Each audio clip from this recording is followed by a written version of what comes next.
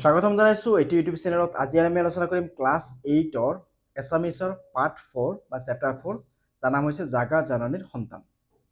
তো চোৱা, পোনপ্ৰথমে ইয়াতে কি কৈছে যে গীতটো সুৰ লগাই গোৱা। তোমালোকে গীতটো সুৰ লগাই গাবা ধুনীয়াকৈ, আৰু গীতটো মুখস্থ কৰিবা। কেতিয়াবা কেতিয়াবা পৰীক্ষা তোমাৰ প্ৰথম আঠাৰি লিখিব আহে।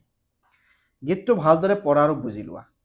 অ'কে, তো চোৱা, গীতটো পঢ়ি এই কথা বুজি পোৱা হ'ল বা বুজি পোৱা গ'ল যে দেশ মাতৃৰ সুসন্তান সকলে মৃত্যু গছকি হ'লেও দুৰ্জয় অভিযান কৰি দেশ মাতৃক বঢ়ি শত্ৰুৰ পৰা ৰক্ষা কৰিব লাগে বা ৰক্ষা কৰে। দেশ মাতৃৰ সন্মান অটুট ৰাখিবলৈ সন্তানসকলে কৰ্ম কৰিবই লাগিব। দেশৰ কৰ্মহীনতা অথবা কাপুৰুষতাৰ ঠাই নাই। যে দেশৰ প্ৰতি থকা অপৰিসীম ভাল পোৱাই মানুহক শক্তিশালী কৰি তোলে, জগাই তোলে অন্তৰৰ সাহসী সত্তাক। যে আপোন দেশক ৰক্ষা কৰিবলৈ, মাতৃৰ সন্মান অক্ষুণ্ণ ৰাখিবলৈ দুৰ্মৰ্ত বীৰ অজয় নৱজোৱানসকলে সততে সজাগ হৈ থাকিব লাগে। তেতিয়া মাতৃভূমিৰ কেতিয়াও কোনেও হানি বিঘিনি কৰিব নোৱাৰে। অ'কে, মানে আমাৰ যিমান সৈন্য আছে, যে বিশেষকৈ আমাক কি কৰি আছে, বিদেশী বা বঢ়ি শত্ৰুৰ পৰা আমাক ৰক্ষা কৰি আছে, সেইটো কথা ইয়াতে বুজাইছে। তৃতীয় নম্বৰ কুৱেশ্যনত কি আছে, যে কবিয়ে কাক জাগি উঠিবলৈ কৈছে? কবিয়ে জননীৰ সন্তানসকলক জাগি উঠিবলৈ কৈছে। দুৰ্জয় অভিযান বুলি কি বুজাইছে? যে মৃত্যু ভয়কো নেওচি মাতৃভূমিক ৰক্ষা কৰিবলৈ আগবাঢ়ি অহাকে দুৰ্জয় অভিযান বুলি কৈছে। দুৰ্জয় অভিযানেৰে কি কৰিবলৈ কৈছে? যে মাতৃভূমিৰ সন্তানৰ ৰক্ষা তথা বঢ়ি শত্ৰুৰ পৰা ৰক্ষা কৰিবলৈ কৈছে। জননীৰ সন্তানক কিহে দুৰ্বল কৰাৰ কথা কৈছে? যে জননীৰ সন্তানক কৰ্মহীনতা অথবা কাপুৰুষতাই দুৰ্বল কৰাৰ কথা কৈছে। তথাপিও নাই ভয় বুলি কৈছে। তথাপিও নাই ভয় বুলি এই কাৰণে কোৱা হৈছে যে জননীৰ সকলো সন্তানসকল দুৰ্মত বীৰ অজয় নৱজোৱান। তেওঁলোকে শক্তিমান দুৰ্নিবাৰ, মানে বহুত শক্তিশালী। কাৰ জয় নিদানত শত্ৰুক কম্পমান বুলি উল্লেখ কৰিছে। যে অজয় নৱজোৱানসকলৰ জয় নিনাদত শত্ৰু কম্পমান বুলি উল্লেখ কৰিছে কবিয়ে। আপোন পাহৰা বীৰ বুলি কাক আখ্যা দিছে? আপোন পাহৰা বীৰক অজয় নৱজোৱান বুলি আখ্যা দিছে। অ'কে, চ' গোটেইখিনি বস্তু তোমালোকে স্ক্ৰীনশ্বট ল'ব পাৰা, নাইবা তোমালোকে এইখিনি বস্তু লগে লগে লিখিব পাৰা। অ'কে, এতিয়া চোৱা, নেক্সট আছে কি, যে গীতটোৰ বুজি নোপোৱা শব্দবোৰৰ অৰ্থ বুজি লোৱা। জননী মানে কি? আই বা মাতৃ, জন্মদাতা মানে। মৃত্যুক গছকি, মৃত্যু ভয় ত্যাগ কৰি। দুৰ্জয় মানে সহজে জয় কৰিব নোৱাৰা, যাক বাধা দিব নোৱাৰে। দুৰ্মত মানে অজয় বা নতি স্বীকাৰ নকৰা। গীতটিৰ মূলভাৱ লিখা। মূলভাৱ কি লিখিবা? যে দেশ মাতৃৰ আহ্বানত দেশৰ সুসন্তান, এইটো বহুত ইম্পৰ্টেণ্ট হয়, মূলভাৱ এক্সামত আহিয়ে থাকে। যে দেশ মাতৃৰ আহ্বানত দেশৰ সুসন্তানসকলে যুগে যুগে নিজৰ কৰ্তব্যত আগবাঢ়ি গৈছে। স্বদেশ স্বজাতিৰ উন্নতি আৰু ৰক্ষাৰ অভিযানত কৰ্মহীনতা অথবা কাপুৰুষতাৰ কোনো স্থান নাই। দেশৰ প্ৰতি থকা অপৰিসীম ভাল পোৱাই মানুহক শক্তিশালী আৰু দুৰ্জয় সাহসী কৰি তোলে। নিজৰ দেশ মাতৃক ৰক্ষা কৰিবলৈ, মাতৃভূমিৰ সন্মান অক্ষুণ্ণ ৰাখিবলৈ কোনো ক্ষেত্ৰতে নতি স্বীকাৰ নকৰা নৱজোৱানসকলে দেশৰ অত্যন্ত প্ৰহৰী।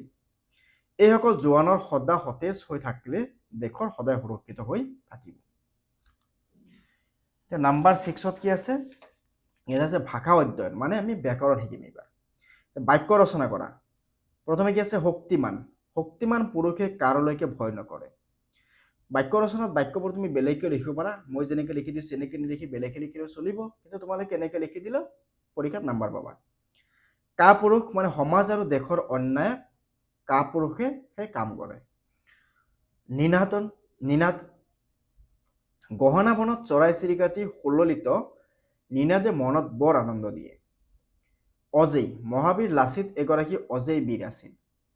অভিযান যে সৰ্বশিক্ষা অভিযানে অসমৰ শিক্ষা জগতক নতুন পথৰ সন্ধান দিছে। নাম্বাৰ 7ত কি আছে? সন্ধি গঠন কৰা আৰু ভাঙা। দেৱ যোগ অসুৰ, দেৱাসুৰ। মহৰ্ষি যে মহাযোগ ঋষি, মহৰ্ষি। মোৰ যোগ অৰি, মুৰাৰী। নৰেন্দ্ৰ নৰযোগ ইন্দ্ৰ, নৰেন্দ্ৰ। কোচ যোগ আসন, কোষাসন। দশযোগ আনন, দশাসন। মনোযোগ মনোযোগ, বিদ্যাযোগ অলংকাৰ, বিদ্যালংকাৰ। আৰু আছে তাৰপিছত কি আছে উল্লেখ উদ্যোগ লেখ উল্লেখ মহাযোগ অৰ্ণৱ মহাৰ্ণৱ উদ্যোগ জল উজ্জ্বল নাবিকক কি লিখিম নৌযোগিক নাবিক দিগযোগন্ত দিগন্ত ওকে হৈ গ'ল এতিয়া চোৱা নেক্সট আছে নাম্বাৰ 9ত বিপৰীত অৰ্থ বুজোৱা শব্দ লিখিব লাগে মৃত্যু জন্ম জয় পৰাজয় কাপুৰুষ সুপুৰুষ ভয় সাহস বা নিৰ্ভয় শত্ৰু মিত্ৰ দুৰ্বল সবল ওকে তাৰপিছত চোৱা নেক্সট কি আছে তলৰ শব্দবোৰৰ সমৰ্থক শব্দ লিখা জননী মাতৃ মাক আই জন্মদাত্ৰী সন্তান পুত্ৰ বা পুত্ৰী তনয় বা তনয়া পু বা পুৱতী বীৰ নায়ক সেনা নেতা শক্তিমান শক্তিবন্ত নিনাদন শব্দ বা ধ্বনি বা মাত এটা শব্দত প্ৰকাশ কৰিব দিছে সাহস থকা মানুহ যাক সাহসী বুলি কওঁ বা সাহসীয়াল বুলি কওঁ জাকৈৰে মাছ ধৰা মানুহ জাকৈয়া যাৰ শক্তি আছে তাক শক্তিমান বা শক্তিবন্ত যাক জিনিব নোৱাৰি অজেয় বা অজিনি নাম্বাৰ 12ত কি আছে যে তলত দিয়া বিশেষ পদবোৰ বিশেষণলৈ লিখা যে মান মানি দুৰ্বলতা দুৰ্বল দৰ্শন দাৰ্শনিক দুখ দুখীয়া মানৱ মানৱিক ওকে এতিয়া ভাৱ বহলাই লিখিব দিছে যে প্ৰথমে কি আছে হাতৰ নিজ বাহুবলে সাঁতুৰিব নোৱাৰিলে যাক ৰখা তলে ঠিক আছে তো ইয়াৰ ভাৱ বহলাই লিখিব লাগে যে সাঁতুৰিব লাগিলে নিজৰ দুবাহুত বল থাকিব লাগিব কাৰণ নিজৰ বাহুত বা ভৰিত সহায়তে মানুহে সাঁতুৰে বা সাঁতুৰিব পাৰি তেনেদৰে সাঁতুৰিব নোৱাৰিলে ৰখা তলে অৰ্থাৎ পানীৰ তলত ডুবি মৰিবলগীয়া হয় আনৰ সহায়ত বা আনৰ বাহুবলেৰে সাঁতুৰিব পৰা নাযায় এই কথাষাৰৰ পৰা আমি ক'ব বিচাৰিছো যে